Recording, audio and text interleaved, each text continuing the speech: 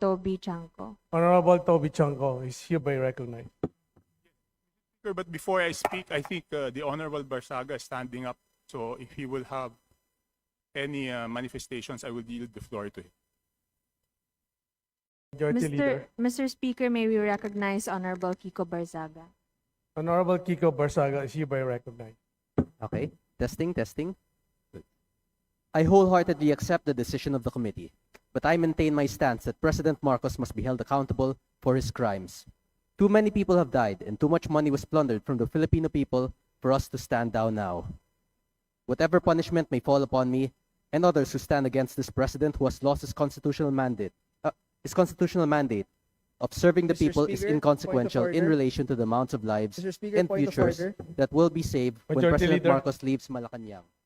It took the deaths and imprisonment Majority Point of order, Leader. Mr. Speaker.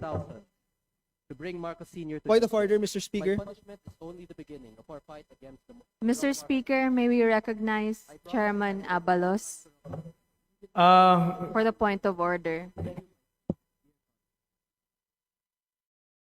Mr. Speaker, point of order. Honorable JC Barsaga is JC Mr. Abalos is Speaker, hereby recognized. Mr. Speaker, may I be recognized? The respondent has already spoken. He has said that he has accepted the imposed penalty under the committee report.